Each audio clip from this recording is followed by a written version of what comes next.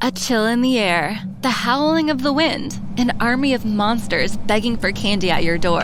Three perfectly acceptable reasons to stay in this Halloween. That's why there's Drizzly, the go-to app for alcohol delivery. With Drizzly, you can compare prices on the biggest selection of beer, wine, and spirits, and choose from a variety of convenient delivery options. It's almost frighteningly easy. So download the Drizzly app or go to drizzly.com. That's DRIZLY.com.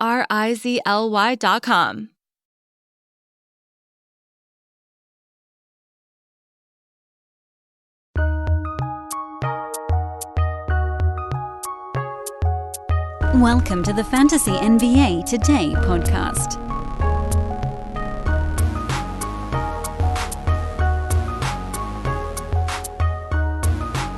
We made it to the end of week one, ladies and gentlemen. Thank you, as always, for tuning in here on Fantasy NBA Today, a Sports Ethos presentation. I'm Dan Besbris. Do I dare count in-season episodes?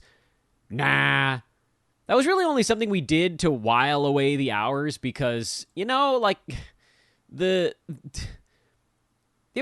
hurt, man. All those long off-season days. Ooh, man. Felt like it would never end, and then it did. So now we don't really need to count anymore because we're not, hashing marks into the prison cell wall at this point. Thank you to everybody that has found the podcast recently. I'm going to be pumping the crap out of it on social media, so just get used to that. We are back to having all of our instant stuff. Well, I guess it's not instant. Let me be a bit more clear. First of all, I'm Dan Besbris. Hi, everybody. At Dan Besbris on Twitter. I know I push the social media thing pretty hard on this pod, but it actually is mission critical during the in-season months. I don't push it as hard during the off-season, but for a few weeks leading up to opening night. April to September, I generally kind of leave you alone about the Twitter stuff because there just isn't that much going on out there. But now there is. I've got what to watch for threads. We've got the nightly recap. That comes well before this podcast comes out. And then, of course, if you guys want instant thoughts where I put things basically before anybody else sees them, that's in our premium Discord. That's to anybody that has a fantasy pass or any bundle that includes a fantasy pass. If you just got a draft guide because you didn't want a 6-month membership, you can actually get the fantasy pass now. It's month to month as of opening night. So you can just kind of demo it for a month, $5.99. See if you like it. If you love Discord, if you love the Q&A sessions we've got in our forums, projections, we've got these video shows, schedule grid, streaming charts. Those are really helpful for head-to-head leagues. You want to maximize your games each week.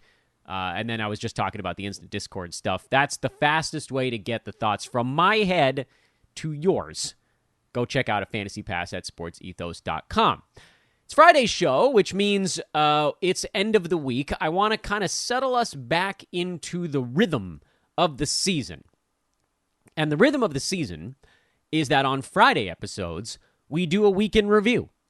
Now, we did a little bit of that with Brew on yesterday's show. That Thursday live format is going to change a bit as we work our way into the season. There will be more Q&As certain weeks than others. We wanted to kind of go through everything on yesterday's show as best we could because it's that first week and everything is so fresh and there's all these things happening. But again, as the season goes, we'll focus more and more our live shows on Thursdays. Again, Thursday morning at 11 a.m. on YouTube. And then you guys get it here on the podcast after. We'll be focusing on the broad stuff, the big picture things, strategic, that type of elements, which then will kind of open up Friday's shows, these ones, for the week in review. But we're going to do the week in review anyway, because you guys seem to like the way I had it sort of organized and clustered last year, which was basically, I want to go through what's happened over the course of this week, which Tuesday, Wednesday, Thursday, effectively. It's a short one. Ads, drops, holds, watch list guys, streamers, buy lows, and sell highs. That's the categories. I think that's 6 or 7 categories. And most weeks, that'll take about a half an hour. And, there's 20 to 25 names in a given week that make it onto the list. Well, opening week, we're up around 40 names or something absurd like that because everything is crazy right now. So what we're going to do today, that's also a little bit different than what we'll do on Fridays going forward, is we're going to move through the names faster. I'm not going to have time to give you, a minute or 2 minutes on each guy. It's going to be more like 30 seconds on each player because I also want to take a moment here on our Friday show to give you guys the taste of the weekend preview, meaning not necessarily every ball game over the weekend, but you just want to take a quick glance at what's coming up and then figure out what you're looking for in those games. We have a much better idea right now of that than we did even 2 days ago when we were trying to kind of play that game with the Wednesday card. Because at least now we've seen every team play. We have a data point for every team in the NBA. So let's just dive on in. You guys will get the idea as we get started. Week in review. We'll start with the ads because that's everybody's favorite thing. I want to also mention, by the way, some of these guys, many of them are going to be on rosters. I'm not going by the Yahoo ad or rostership percentage. I'm just going based on guys that might be on your wire. High probability, low probability, whatever. We're not going to go with big names. The Brewski 150 has a bunch of these guys, so it's possible that those of you are listening and thinking, oh, well, those guys are all on teams because of the B150. Yeah, that's true, but not everybody has that. And so maybe you're in a league where folks weren't using the Brewski 150, and a couple of these guys might be floating around. These are in no real particular order other than kind of working backwards through the week. I found it easy to just do it that way. So ad number 1, Santi Aldama. We talked about with Brew on yesterday's show. He's got that job right now. And there's kind of no reason not to add him, at least to see how this thing goes. I mean, there's a very real possibility that it slows down for him. But right now, he's locked into that gig. We'll see how it rolls. He's an add and a start. Isaiah Hartenstein and Onyeka Okongwu, those guys were both very highly rated in the Brewski 150, but they are kicking around on waiver wires in some leagues, and they shouldn't be, so make sure that they're on a roster, hopefully yours. Ayo Dosunmu, who we talked about on yesterday's show as well, he's got a great gig in Chicago, especially with Zach LaVine's knee being all weird and Lonzo Ball being out for probably most of this season. Will his role shrink when LaVine is playing? Absolutely, but when he's out, he's an obvious Roto Games Cap stream. And when LaVine is in, we still don't have that data point, but it's looking more and more like he'll probably stay above the cut line then anyway. And we'll have to see how many games they give Zach off over the course of this year. So Dosunmu belongs on a roster as well.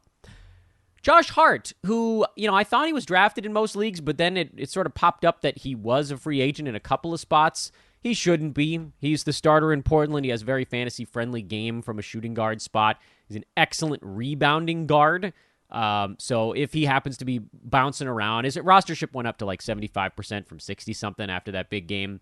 So most likely he's not anymore, but give just a quick glance. It takes you 10 seconds to type in his name, see if he's on any waiver wires for any leagues you're in. If he's not, you move on. Jalen Duren in Detroit, who, the more I look at that one, the more it feels like he's a guy who's just going to slowly get more over the course of the year. And going 0 for 4 at the free throw line was a sock to the nards, but everything else he did in that first game was wonderful. 14 and 10 with 3 blocks. He is electrifying athletically. He's going to have really easy looks. He's going to have a great field goal percent.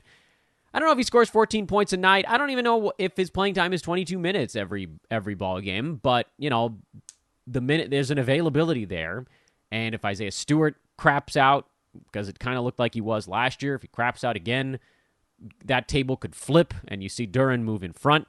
But yeah, we kind of get a feel for what the free throw thing is going to be. It's probably not going to be great, and then hopefully it'll be better than 0.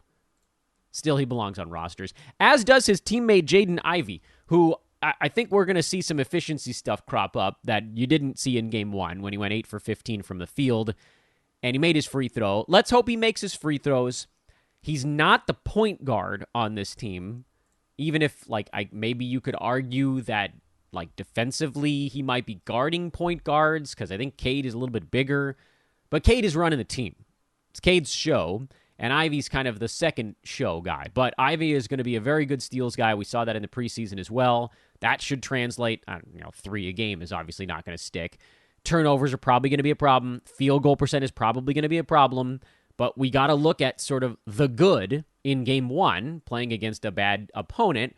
We're going to get a look at the bad sometime soon, so don't be surprised if this is a dude that bounces back onto waiver wires. It just feels like he's in a better spot than a lot of first-year guards because he doesn't have to orchestrate. But if he can get steals and hit some threes, he can cover up the fact that he's not going to get a ton of assists here in Season 1 as more of an off guard. I threw Bojan Bogdanovic on this list as well. He's a guy that was also drafted in a lot of spots. Almost like a surprise draft. Guys took him toward at the end. It didn't seem like his role was going to be secure in Detroit, and then he exploded in Game 1. He had 6 3-pointers. He's another guy who's probably going to fizzle as the year goes, but he's an excellent foul shooter. If he's getting good looks, which, who knows, he might be, and a little bit of a veteran, can he get a couple of rebounds? Maybe. It's not going to be much, but threes, free throw percent, some scoring. It does seem like he's going to have a role there, so he's an add as well. And Benedict Mathurin, who, if you missed this one a few days ago, you're absolutely already too late. He's going to be on every team in your league. His roster should probably jump by about 25% overnight. But he does make the list for ads because this is a week in review episode of Fantasy NBA Today. A chill in the air, the howling of the wind, an army of monsters begging for candy at your door. 3 perfectly acceptable reasons to stay in this Halloween. That's why there's Drizzly, the go-to app for alcohol delivery. With Drizzly, you can compare prices on the biggest selection of beer, wine, and spirits, and choose from a variety of convenient delivery options. It's almost frighteningly easy. So download the Drizzly app or go to drizzly.com. That's DRIZLY.com. The Health Professions Scholarship Program from the U.S. Army Healthcare Team can offer full tuition for med students. That's the Army difference. Learn more at goarmy.com/tuition paid. Drops. There were only a couple of guys that were drafted that I feel like you can pretty safely drop right now, and their names are Chris Duarte and Mo Bamba. Now, on the Duarte front, you're waiting out a Buddy Hield move. If Hield gets moved, Duarte probably slides into a good enough role where he then belongs back on rosters. But we don't know if or when that's going to happen. Hield has multiple seasons left on his contract in a way that Miles Turner does not. So it makes him a little bit harder to shift. I think they kind of like Hield on that team, even as they lose, because he does provide a certain, floor spacing that, boy, a lot of teams could use. Looking at you, Lakers. Horrible three-point shooting. Oh, my God. Ugh.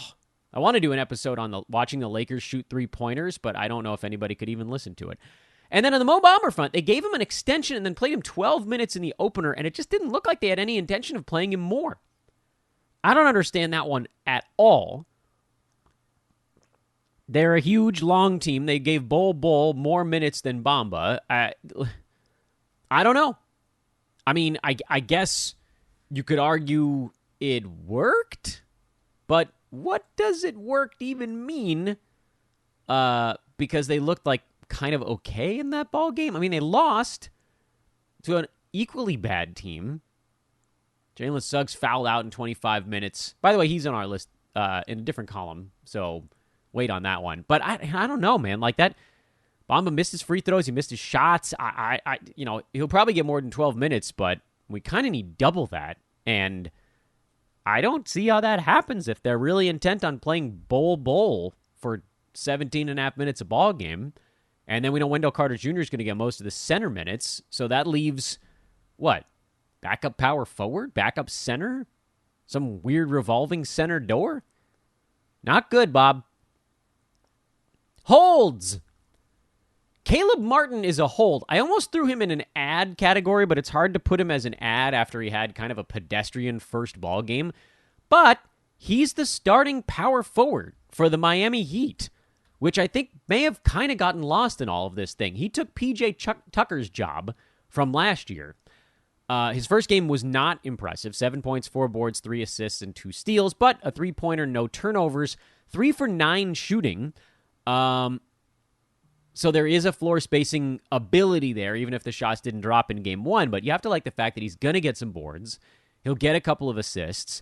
He generally doesn't make mistakes out there. And he'll usually get you some steals. I bet you he finds a block or two as this season wears on. I think Caleb Martin could actually end up being one of those weird, almost stealsy kind of players, like almost what you'd call a true sleeper, because he got drafted, but I don't even know if people realized why he got drafted. And the why is because he's likely to get starters minutes this year. Last season in 22 and change minutes per game, he averaged a steal and half a block. If you jack that up to 29 or 30, you could probably put him in the neighborhood of 1.4 steals, 0.7, 0.8 blocks, so a really good-looking number on the defensive side. You're probably looking at between 4 and 5 rebounds, between probably around 2 assists, probably 1.5 three-pointers, especially if he does get 9 shots a game. That would be a really nice bounce from 6 and change last year to get up to 9. He profiles really nicely on the roto side in particular. So if Caleb Martin got dropped, or if he's floating around, I would suggest an ad on him. I think he's one of the quieter guys you can probably still find. In fact, he's only 8% rostered, although this is why I got to change what my fantasy leagues. He's rostered in 6 out of my 8 leagues, and 8 out of everybody else's 100. So go figure. Kyle Lowry is a hold. I don't know that I need to explain that one. He just couldn't make a shot in the first one. If you change his first line from guy who missed everything to guy who made some stuff, then it would look totally fine. Mitchell Robinson is a hold. He was in foul trouble in game 1. Isaiah Jackson is a hold, mostly because of the upside built into when he starts getting 20-plus minutes per ball game, although that one could be a little bumpy in the early going. I thought with Miles Turner out, he would post a better line in game 1, so we wouldn't have to have this conversation, but he didn't, so we do. DeAnthony Melton is a hold right now, although I'll admit there's a worry on that one. He played better in game 2 than he did in game 1. The hope is that he plays a little better basically every game as they go. You might start to see Philly go smaller at times. Do they, move Tobias Harris off the floor? Does he lose out in this? I think Melton eventually works his way into the low to mid-20s in minutes, at which point he does become a fantasy asset.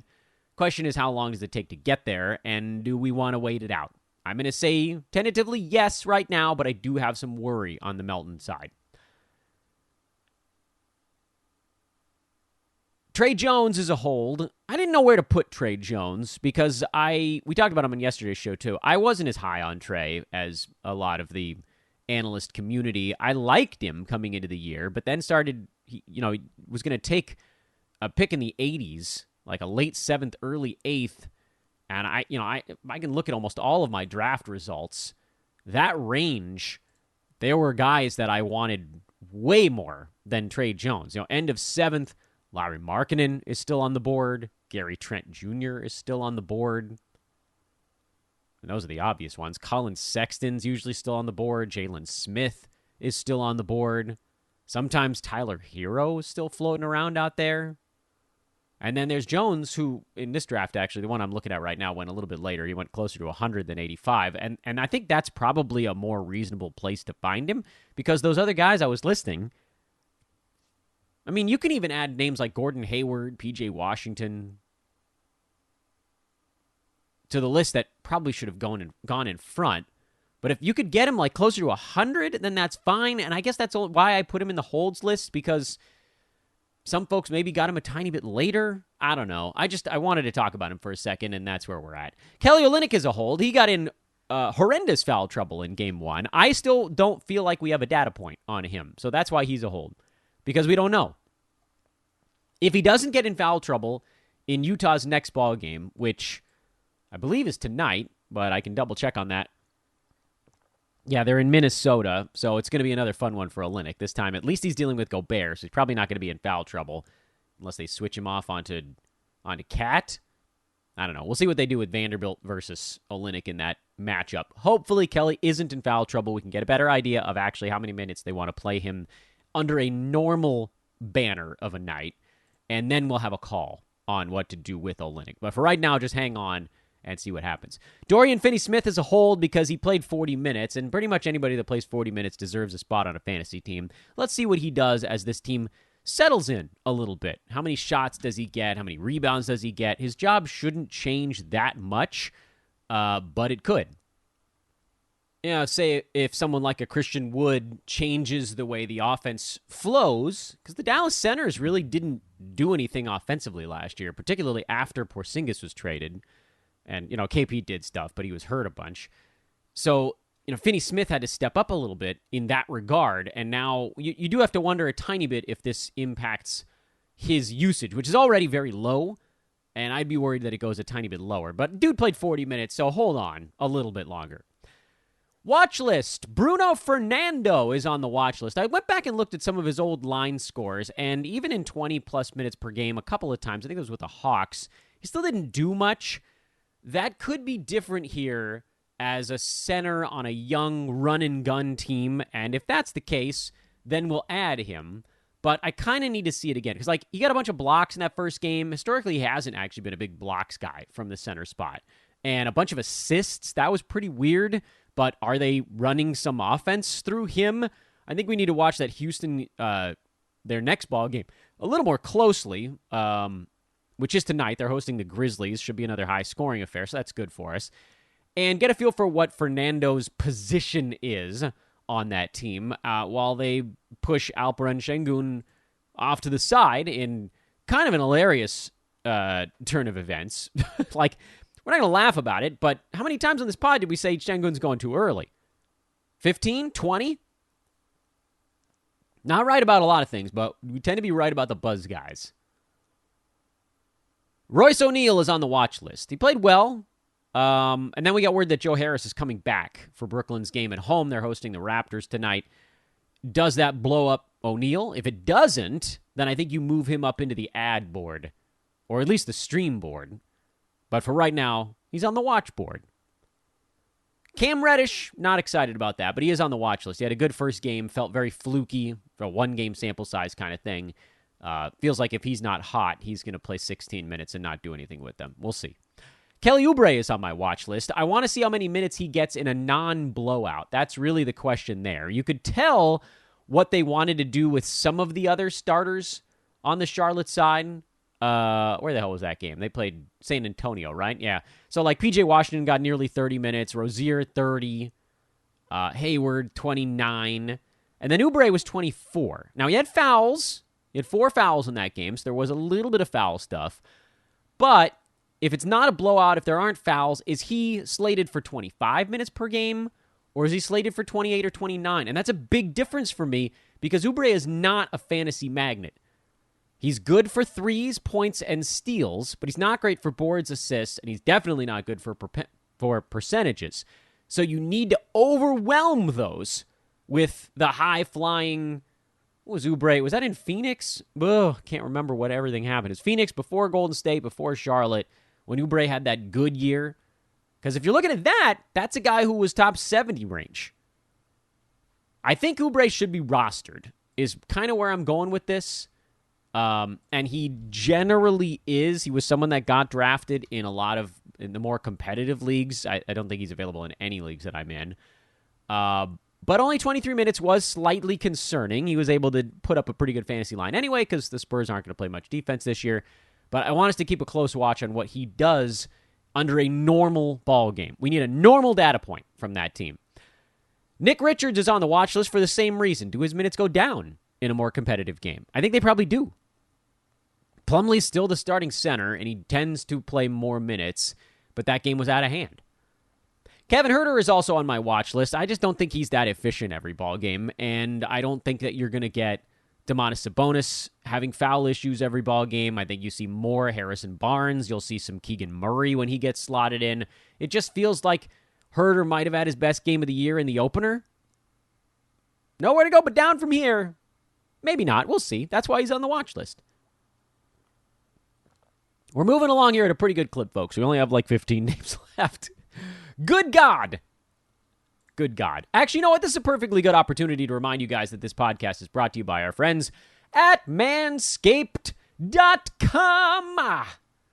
Wanted to sing it today. I'm feeling good. We made it to Friday. Feeling good. And guess what?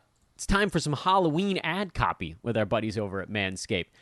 It says to cue the haunted music. I ain't got no haunted music on this pod. It's just me yelling at you. But look, Michael Myers.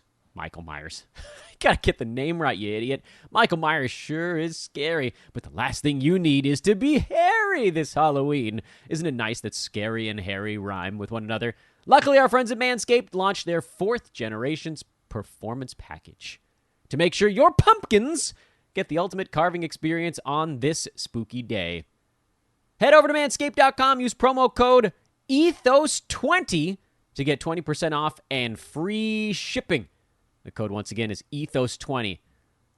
Make the right call this spooky season. It's treat, trick, or trim with manscaped.com. I would also say, by the way, and my wife insisted that I throw her into this discussion. She used my luxury nail kit from Manscaped. They call it the Shears. I think it's the Shears 2.0. The nail clipper is unbelievably resilient. I used to use a fishing line clipper on my nails, but I have what's known as toe thumb. It's a real thing. You can Google it. Megan Fox has it. Those fingernails are straight thick. And the Shears, the luxury nail kit, can handle even the Besbris toe thumb. It also has a file, a pair of clippers, and then I think that's tweezers over on the side there. I hope you don't need tweezers for your nails, but if you do, maybe get a splinter or something, you can pop that sucker out. You can get 20% off and free shipping on the Shears as well. So do head over to manscaped.com. Once again, thank you to them for coming along here on our third season of partnership. Ethos20, the promo code. Check them out now.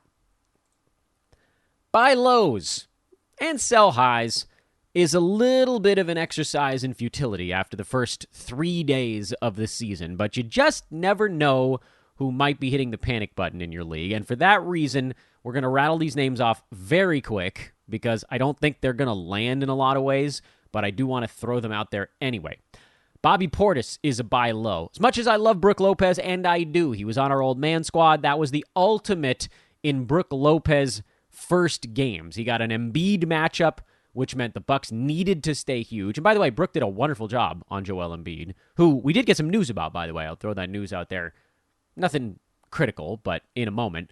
So Portis is likely going to play a little bit more. Most games, it was 22-ish, I think, minutes in the first one.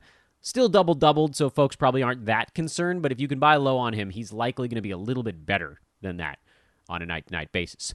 Kawhi Leonard is a buy low, which, it's got a little bit of a shame because I did draft him in a few spots thinking that they wouldn't go quite this extreme on the kid gloves. We know that there's going to be days off on every back-to-back. That's built into the Kawhi Leonard draft spot. But bringing him off the bench for 20 minutes in the first one was a little upsetting. It felt like maybe they had enough time to get that knee closer to like 24, 25 that first game. Because remember, he hasn't played since, I think, April of 2021. It's a long layoff. They weren't going to just drop him in for full starters minutes. 2 weeks from now, we probably won't be worried too much about this, but someone might get annoyed that they spent their third rounder or whatever on Kawhi, and maybe you can go get him for your fourth or something like that. Desmond Bane, Brew gave you that on yesterday's show. He's a buy low. He was cramping and missed every shot he took in game one. Drew Holiday is a buy low. He wasn't cramping, but he missed every shot he took in game one. Michael Porter Jr., Jamal Murray, those guys are buy lows in the same way that Aaron Gordon is a sell high, because as Denver settles in this year, you're going to see those two dudes take from the Aaron Gordon bucket. Gordon took 17 shots in Denver's blowout loss in their opener. Those are going to go to Jamal. Those are going to go to Michael Porter. You know who I forgot to put on this list was Bones. Bones is on my worry list. He's a hold, but he's on the worry hold list. Dude only played 16 minutes in the opener. And that's with Jamal Murray still on a minutes restriction. So, yeah, that is cause for concern. Make no mistake. But Aaron Gordon, 22 and 10, he's not going to average that this season. And then at the same time, MPJ, who actually wasn't bad in the opener. Without the 4 turnovers, it was actually kind of a decent line. But Jamal Murray, only 26 minutes, really easing in. We talked about this even when you were drafting him. There's going to be a month or a month and a half of rust on Jamal. And when he shakes it off, we'll know it. But you're going to probably want to get in there before it happens. Jared Vanderbilt is a buy low. Horrible foul trouble. Still grabbed double-digit rebounds in their opener. He's going to be a rebounding behemoth this year in Utah. He might be my strongest buy low recommendation of anybody in fantasy basketball.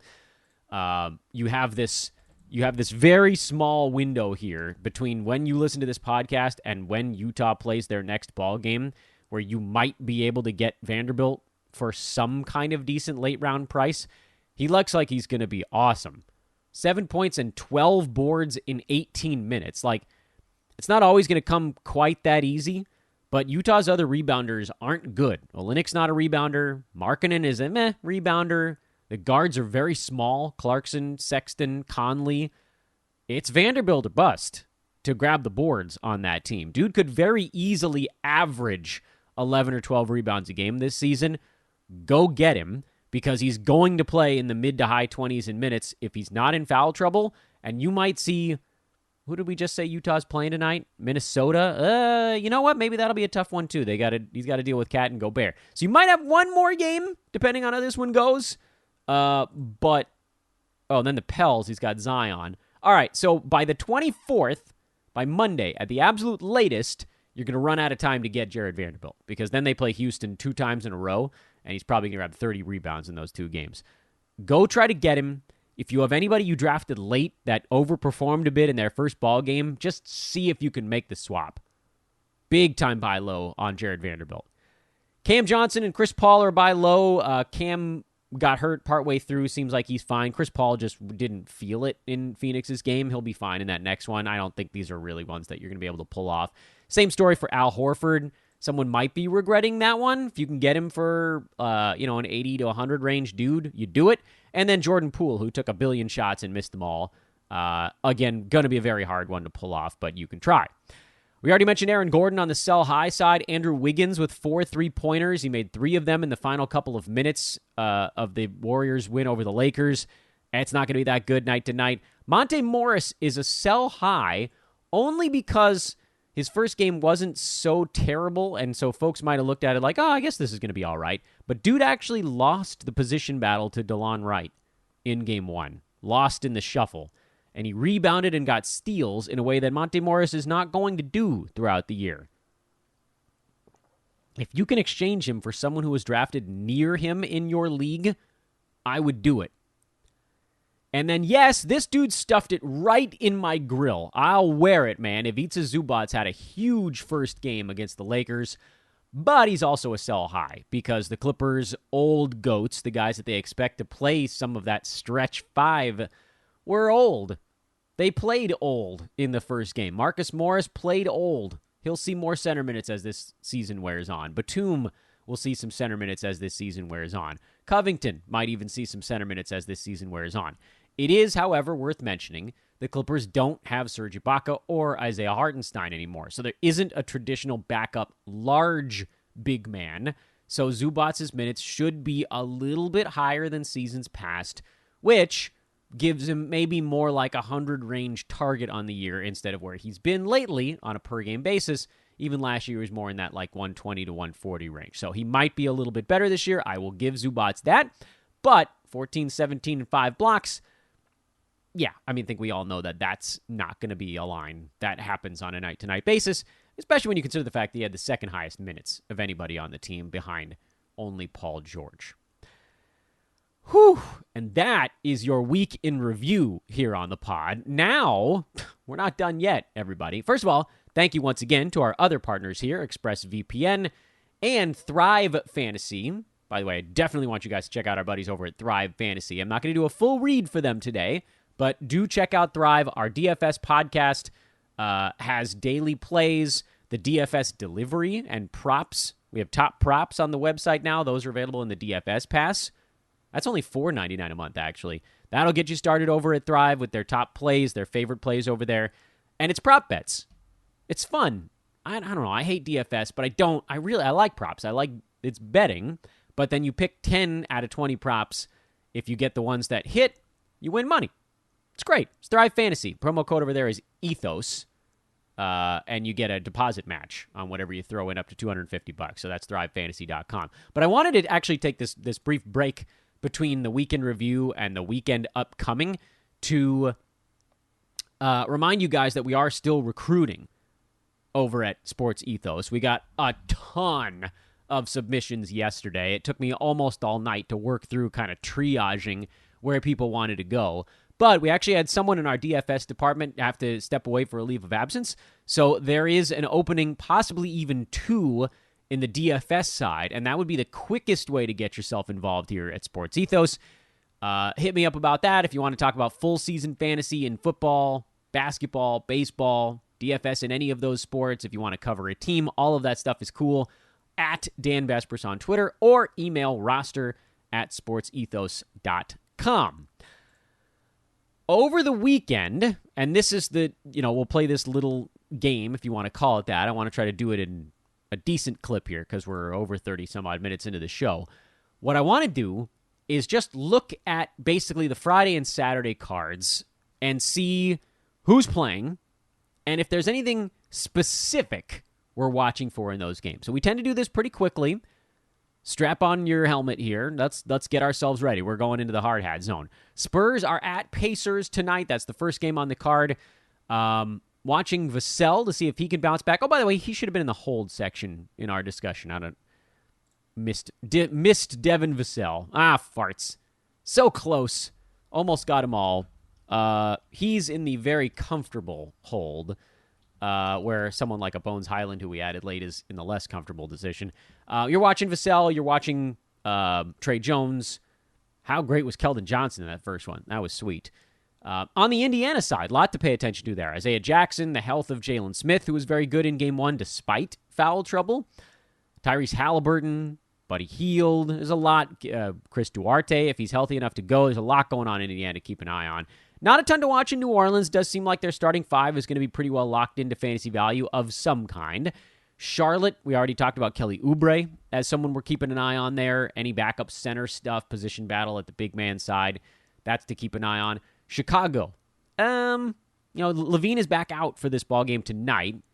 I think on Saturday or Sunday when Levine is back, that's when you probably want to watch Dosunmu to see what his role looks like. Washington, you're watching the point guard position battle more than anything else with the Wizards. That's kind of the big story there. Toronto, nothing. Brooklyn, the return of Joe Harris. That's something to watch for sure. Ben Simmons and what he looks like. We faded him pretty hard after dude hasn't played in since Kawhi Leonard time. Boston, can Big Al bounce back? It's a better matchup. Bam is still relatively tough, but he's not Embiid. He's not going to try to back him in every offensive set. Just not going to get knocked around like that. So you're watching Big Al. What does Malcolm Brogdon do in Game 2? We talked about deep leaguer like a Grant Williams in Game 2. On the Miami side, Caleb Martin. Did you pick him up before that ball game starts? You probably should, because if he has a big one, you might be too late at that point. Kyle Lowry bounced back. Again, not really something I'm paying super close attention to there. Orlando, I would like to see if Mo Bamba gets to play, although I think the answer is probably not much, but we'll see. Jalen Suggs and his role. If Cole Anthony is good to go, what does that mean then for the Orlando backcourt?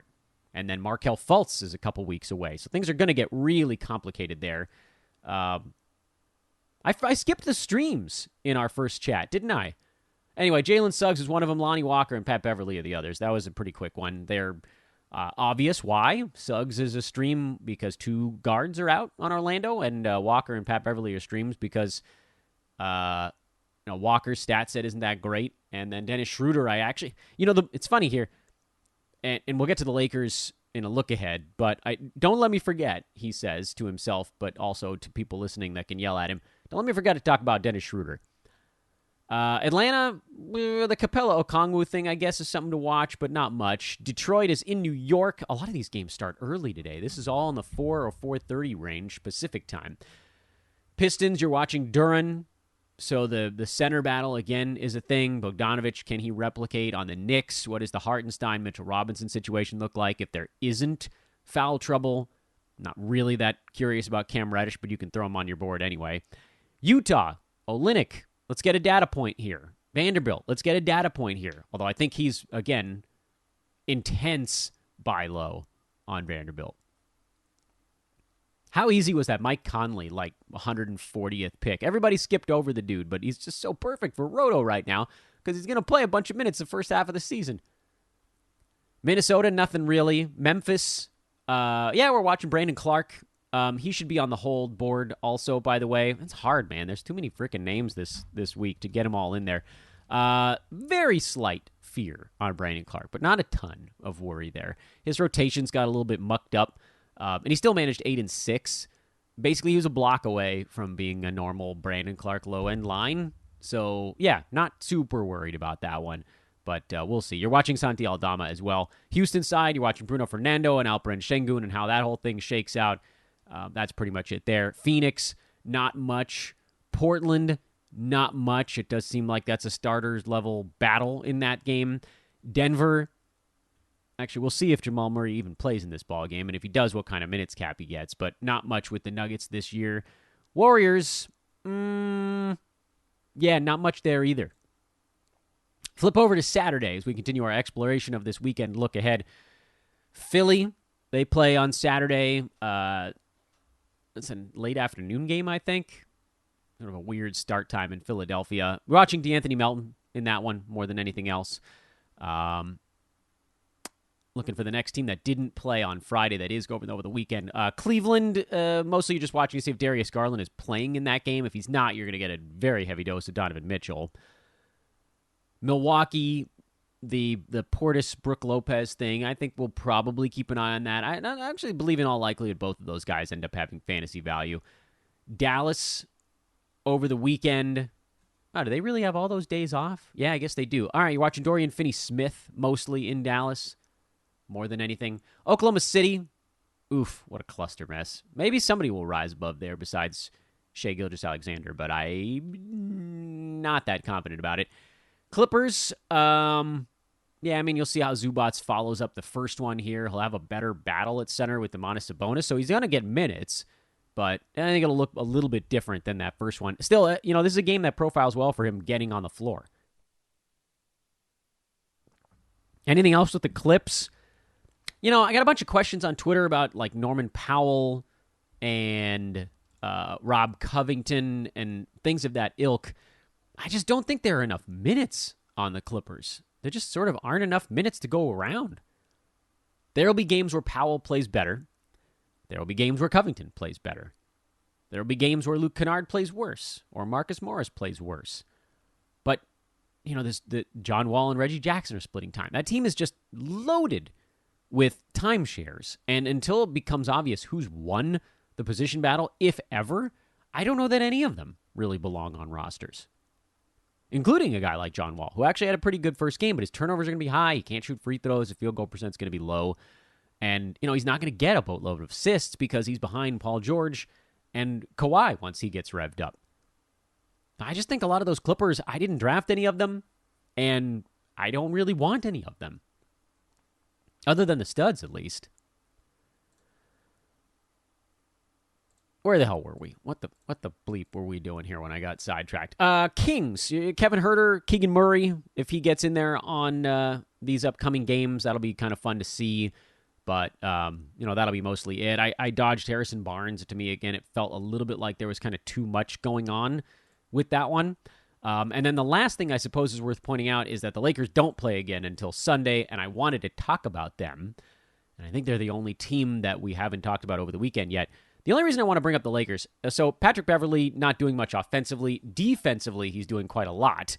Now he has 10 defensive stats in 2 ball games, which is sweet, because he was, 4 steals, 2 blocks in the first one, 2 steals, 2 blocks in the second one. He kind of doesn't need to do anything else to get on your fantasy radar. His three-pointer's not falling right now. I think he's 2 for 12 from downtown. If that was even 4 for 12, then we'd be having a pretty different discussion. He had 5 points, 2 boards, 2 steals, 2 blocks. If that was 8 points, 2 threes, 2 steals, 2 blocks, I think everybody would be pretty excited about it. I'm starting Pat Bev until Dennis Schroeder comes back. Then I'm not certain. And the reason I bring that up is because I actually, the more I watch this Lakers team, and I watched both of their 2 games so far because I'm a Laker fan, and then I kind of wanted to see if anything would occur there besides LeBron and AD. And right now it doesn't look like it. And Russ is a disaster offensively. He actually played pretty hard yesterday. I'll give him that. He had 5 steals. Defense was good, but 0 for 11 from the field. My good God. Couple of makes, Lakers might win this ballgame.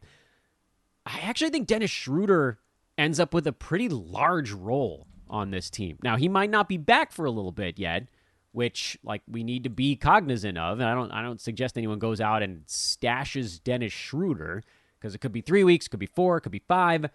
But when he plays, I feel pretty confident that Schroeder is going to see big minutes and do a lot with them. His game is not super fantasy friendly. That's one thing to keep in mind. Like, even when he's out there a lot, he doesn't hit a ton of three-pointers. His steals seem like they should be higher than they are, but they're not all that high. But then looking back at kind of what he did with the Lakers the year after they won the title, the after bubble Lakers, he had 15 points, 6 assists, and a steal, and that did make him fantasy relevant that year. In fact, let's see. When I go back, and that was 2021, I think. Where was Schroeder that year? Well, the 2.7 turnovers kind of blew it up. He was in the 130 range. That's actually really surprising. I thought that would have been better. A low field goal percent, I guess, hurt, but the free throw was pretty good. If he puts up those same numbers and the threes go from 1.2 to closer to 2, you're probably talking about a different thing. But they need him. So keep one ear out for Schroeder stuff, even if it means that it's going to be in that, like, just outside the top 100. He might fit a build for you in some way. And that is your weekend preview. That is also your week in review. This was week 1. We did it, everybody. Hey, just quickly so you know what's coming up. On Monday, we'll have reverse chronological lightning round. If you don't know what I'm talking about, you will. Also, if you're a premium member, Ethan Noroff, Eric Ong, Sunday at 6 p.m. Pacific time, they'll be hosting the Premium Waiver Wire show, where they go up over some of the really good pickups of the week and also get into auction format a little bit there. So what kind of fab budget you should be looking at for those putting in your weekly waiver requests as well. And we got, remember, Pro Q&A running 24/7 in our forums right now for premium members as well. Otherwise, the forums are actually kicking pretty good these days. If you're not a premium member, you can just go start a thread in there and people can answer your questions that way. We've tried to move some stuff out of Discord because there are a lot of complaints about getting a new app, and then keeping track of everything in there was a little bit of a pain on our side on the administrative end. So we moved a lot of stuff back into the forums over at sportsethos.com/community. I think that's all I wanted to talk about. All right, follow me on Twitter because that's the only way you're going to hear from me over Saturday and Sunday. Back at you with in-season episode number 6 on Monday. I'm Dan Besbris. Thanks for listening again, everybody. We'll talk to you guys in a couple of days. So long.